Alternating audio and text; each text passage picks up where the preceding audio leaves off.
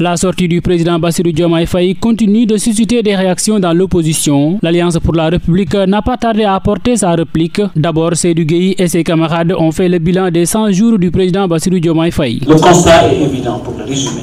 C'est 100 jours sans vision, 100 jours sans projet, 100 jours sans baisse significative sur les prix des denrées de première nécessité. Le porte-parole de l'Alliance pour la République renchérit et balaie d'un revers de main certaines allégations du président Bassirou Diomaye. Le président Bassirou Diomaye Faye affirme sans sourciller qu'il n'a rien trouvé en arrivant au pouvoir.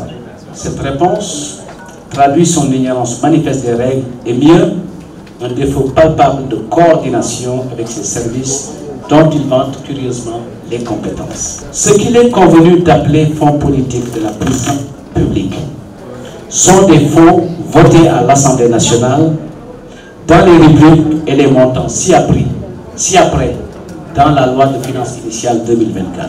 3 rubriques. La première, c'est ce qu'on appelle les fonds de solidarité africaine. Et Seydou Gueye est revenu en long et en large sur la situation actuelle de l'Assemblée nationale, la déclaration de politique générale sur la situation actuelle de l'Assemblée nationale et la déclaration de politique générale du Premier ministre. Sur la question du bon fonctionnement des institutions de la République, il est inadmissible que celui-là même, qui en est le garant constitutionnel, cautionne le comportement irresponsable de son Premier ministre vis-à-vis de la deuxième institution du pays, qui est l'Assemblée nationale.